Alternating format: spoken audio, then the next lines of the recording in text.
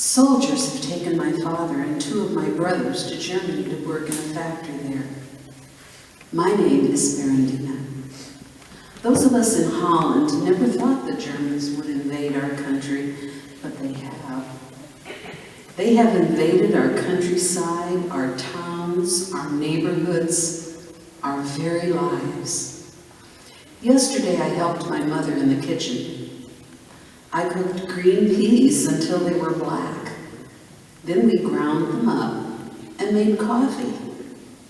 Today we will use the coffee mill to grind flax seeds to make cooking oil. No, I don't feel deprived. We can laugh about it because everybody must do it. I must be very careful what I say, what I tell even my closest friends. I've had friends and neighbors suddenly disappear. Sometimes people must do what is right, even though it isn't easy. My mother has taken in a young Jewish boy whose cousins were too afraid to give him a home. When the soldiers came unexpectedly to check our house, he hid in the shallow attic above the bedrooms. Joseph will stay with us for almost 5 years. I too have learned about making decisions that can have dangerous consequences. As I walked near the canals, I saw a young man frantically running from German soldiers. I knew him to be Jewish, and I watched as he hid in the darkness under a bridge. The soldiers asked me if I saw where he went. I denied seeing anything.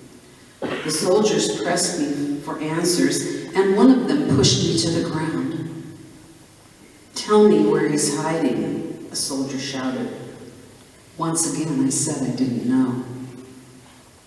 The soldier hit me in the face with the butt of his rifle over and over until he knocked out my teeth. The more he hit me, the more I knew I would never tell him nothing.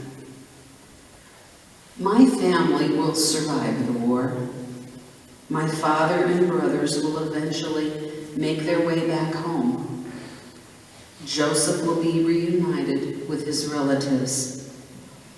I will marry, have 5 children, 9 grandchildren, and 17 great-grandchildren, and make my home in Champaign, Illinois. The stories you've heard are true. Israel was taken to a camp in Poland, and instead of water, the special showers there sprayed Zyklon B gas, killing the people below. Yes, Margaret Thatcher, Prime Minister of Great Britain during the 1980s, helped save a young Jewish girl from Austria. And Berendina, the outspoken Dutch lady I met when she was in her 80s, was just as assertive when she was 18 and refused to betray a young boy running for his life. Over the past 20 or 30 years, we've learned more about life during the Holocaust as survivors have come forward and told their stories. The Nazis were very diligent about documenting life and death in the camps. We've heard the names Auschwitz, Birkenau, Treblinka, Dachau, but there were thousands of smaller camps all around Germany and occupied areas. How could the home of the Christian Reformation, Germany, become the home of the perpetrators of the Holocaust? Dr. Erwin Lutzer gives us some answers in his book, Hitler's Cross, where he examines the rise of Hitler and the subordination of the church.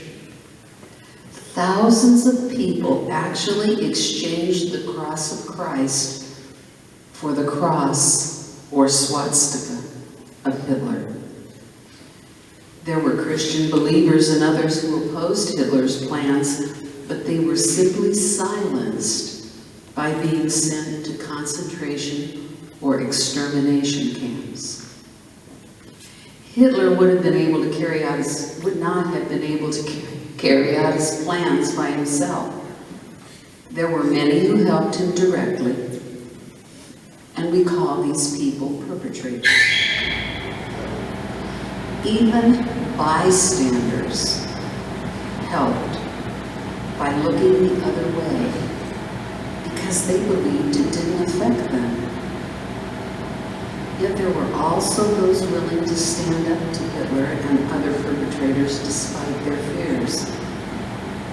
There were adults and teens who didn't fall for the Nazi deceptions. Teenager Sophie Scholl and her brother, along with friends, printed and distributed flyers undermining Hitler and his military. Corrie ten Boom, and you may have heard of Corrie ten Boom. How many have heard of Corrie ten Boom? Corrie and her family, including her nieces and nephews, helped hide Jewish refugees, Jewish residents during the German occupation. And there are those who say the Holocaust never happened. But I believe the survivor stories and the historical record. I've been to Auschwitz-Birkenau.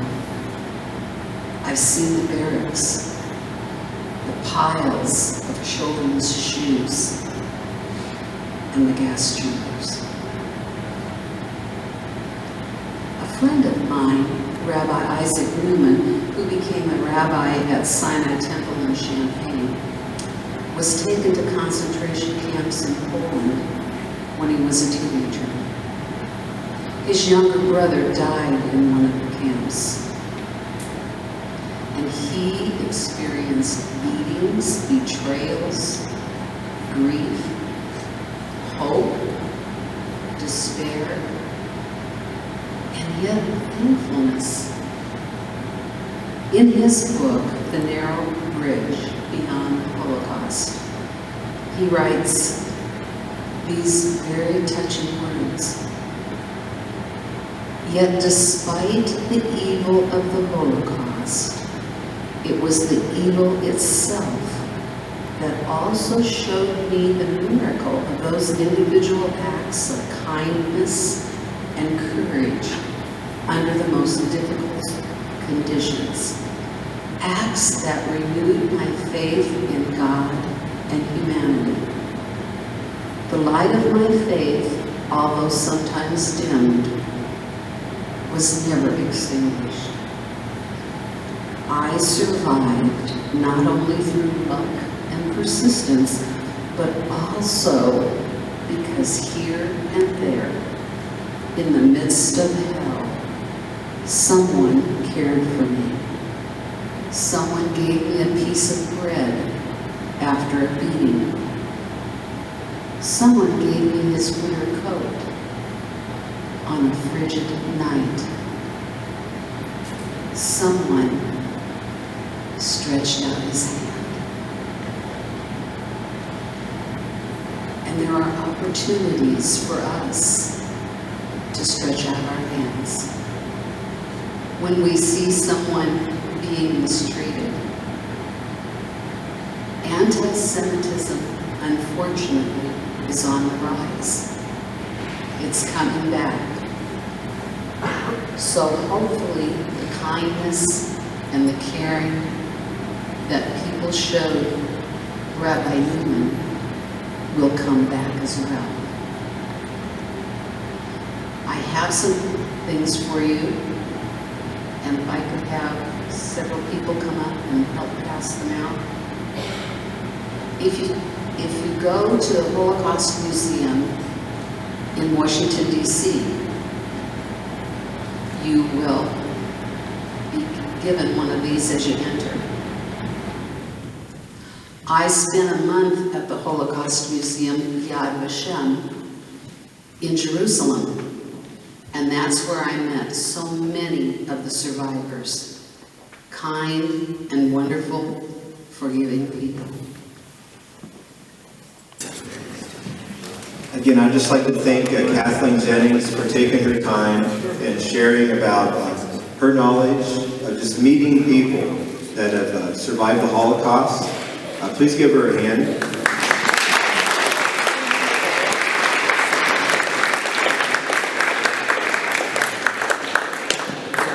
This weekend,